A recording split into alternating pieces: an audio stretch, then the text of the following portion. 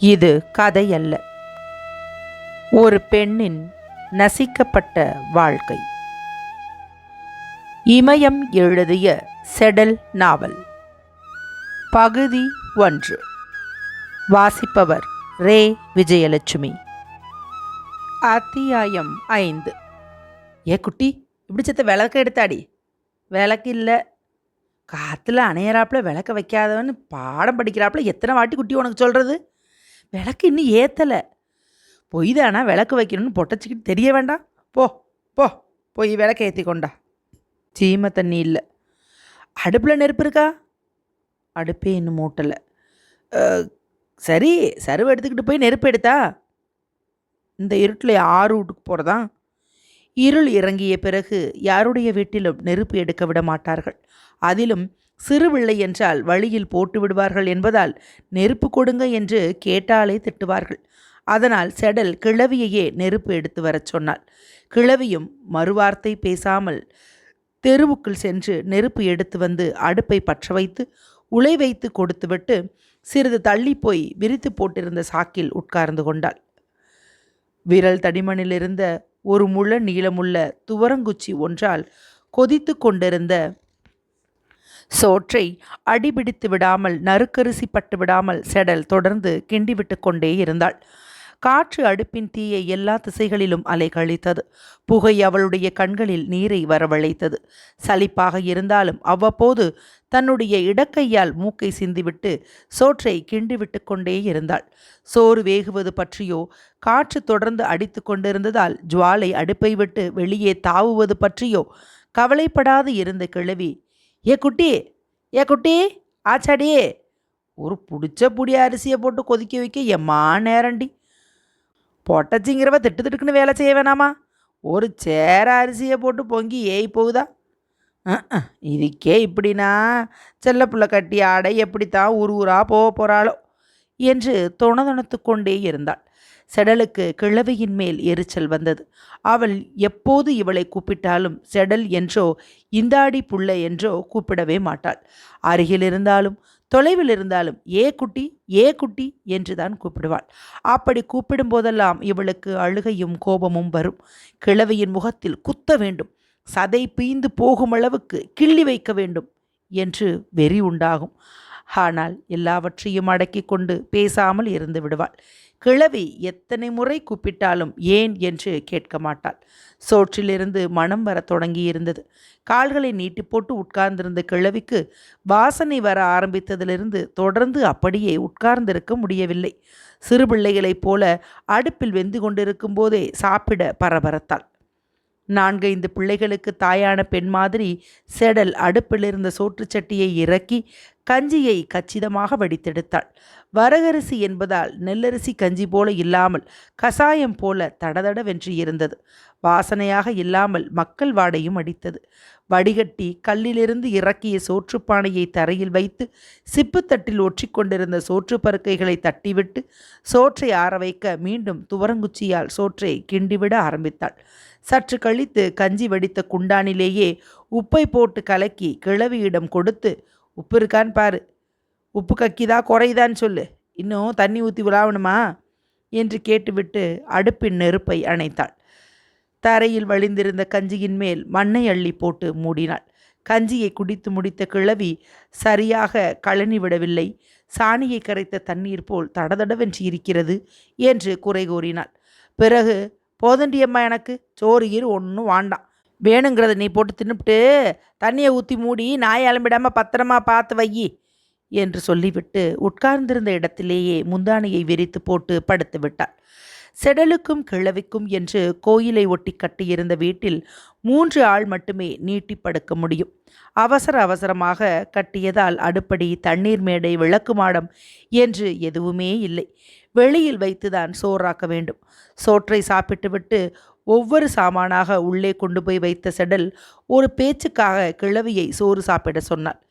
எப்போதுமே கிழவி கஞ்சி குடித்த மயக்கத்தில் உடனேயே தூங்கி விடுவாள். நடுச்சாமத்தில் ஒன்றுக்கு போனதும் பசி எடுக்க ஆரம்பித்து அந்த நேரத்தில் தண்ணீரில் கிடக்கும் சோற்றை அள்ளி போட்டு சாப்பிடுவாள். கிழவிக்கு பக்கத்தில் சாக்கை கொண்டு வந்து விரித்து போட்டு உட்கார்ந்திருந்த செடல் சூடு ஆறாமல் ஏற்கனவே தனியாக வைத்திருந்த சுடுசோற்றை பாவாடையின் ஒரு பகுதியை தண்ணீரில் நனைத்து நனைத்து கண்களில் ஒத்தி எடுத்து ஒவ்வொரு கண்ணாக திறந்து பார்ப்பதற்குள் வலி உயிர் போய்விட்டது.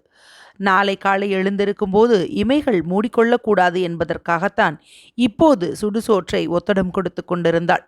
ஒத்தடம் கொடுத்துவிட்டு ஒத்தடம் கொடுத்த சோற்றில் மீண்டும் கண்வழி வரக்கூடாது என்பதற்காக கிழவி சொல்லியிருந்த மாதிரி எச்சிலை துப்பி சற்று தொலைவில் கொண்டு போய் போட்டுவிட்டு வந்து கிழவிக்கு பக்கத்தில் படுத்து கொண்டாள். இவள் படுத்த மறுநொடியே, தாடிக்குட்டி, ராத்திரி பண்ண கண்காட்சியை இன்னைக்கு பண்ணலான்னு பார்க்குறியா? மூத்தத்தை விட்டுட்டு வந்து படு என்று கிழவி அதட்டினாள். நேற்றிரவு நடுச்சாமத்தில் தூங்கிக் கொண்டிருந்த செடலுக்கு திடீரென்று காதை குடைவது போலவும் கொரகொரவென்று எறும்பு ஊறுவது போலவும் இருந்தது. தூக்கம் கலைந்து எழுந்தவளுக்கு காதுக்குள் எப்படி எறும்பு புகுந்து கொண்டது என்பது புரியவில்லை.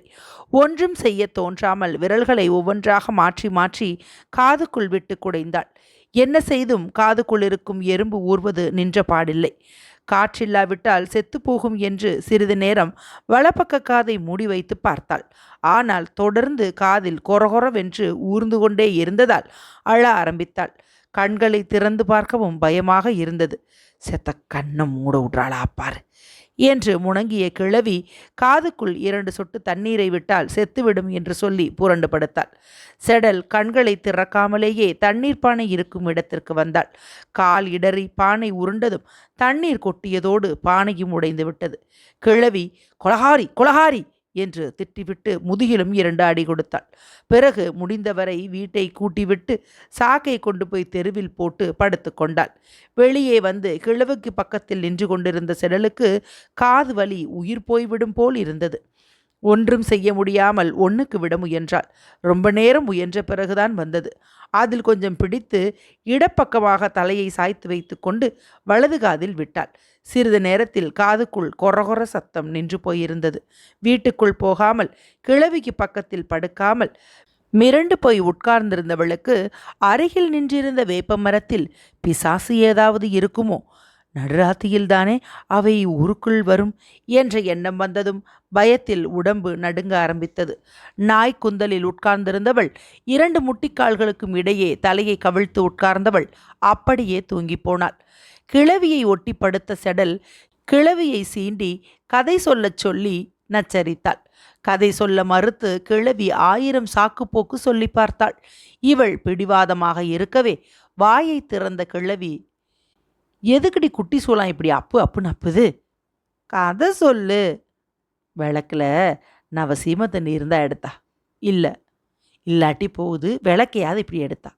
செடல் கிழவியை திட்டிக்கொண்டே எழுந்து வீட்டுக்குள் போய் எதையாவது உருட்டி விடுவோமோ என்ற பயத்தில் அடிமேல் அடி வைத்து பதனமாக சென்று விளக்கை எடுத்து வந்து கிழவியின் கையில் பொத்தென்று வைத்தாள். 2 முறை விளக்கை குலுக்கி பார்த்துவிட்டு கடைசியில் திரியை உருவி வெறும் திரியை முழங்கை வரையும் முழங்கால்கள் வரையும் தேய்த்து கொண்டு மீண்டும் திரியை மாட்டி விளக்கை கொடுத்துவிட்டு வீட்டுக்குள் எடுத்து கொண்டு போய் வைக்கச் சொன்னாள். கோயிலுக்கு பின்புறம் அடர்ந்த கருவேலங்காடு. 200-300 அடி தூரம் தள்ளிதான் வீடுகள் இருக்கின்றன. அங்கு இவ்வளவு மோசமாக கொசுக்கள் கடிக்காது. இங்கும் கூட சீமெண்ணெய் வேப்பெண்ணெய் என்று உடம்பில் பூசிக்கொண்டு படுத்தால் ஒரு கொசு கூட வா என்றாலும் வராது. அருகில் நின்றிருந்த வேப்பமரம் அசையாமல் நின்றிருந்தது. காற்று அடித்தால் கொசுக்களின் தொந்தரவு அதிகம் இருக்காது. வீட்டுக்குள் விளக்கை வைத்துவிட்டு வந்து கிழவிக்கு பக்கத்தில் படுத்துக்கொண்டு பட்ட பகல் போல வெளிச்சத்தை பரப்பி கொண்டிருந்த நிலவையே பார்த்து கொண்டிருந்த செடல் ஒரு கழித்து படுத்துக்கொண்டு கிழவியிடம் கதை சொல்லு என்றாள்.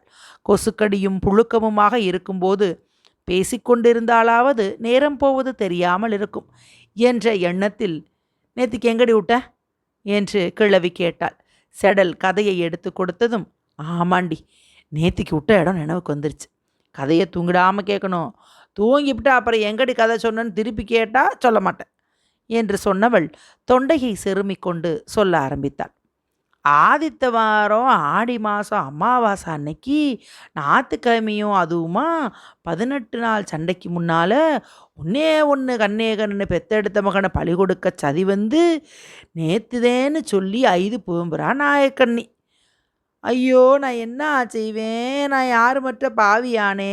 மகனே நல்லறவா! உன்ன பெத்தவ நாகக்கண்ணி, உனக்கு பெயரிட்டவள் சுபத்திரையா? என் மாறு மேல ஏன கட்டி உனக்கு என் மடி மேல நடபழகி, என் தோளு மேல ஏன கட்டி உனக்கு என் தொட மேல நடபழகி, நான் பெற்றேனே என் மகனே உனக்கு பெயரிட்டேன் சந்தையிலே, நான் வளர்த்தேனே என் மகனே உன்ன வாரி விட்டேன் சந்தையிலே. அத்தியாயம் 5 நிறைவுற்றது.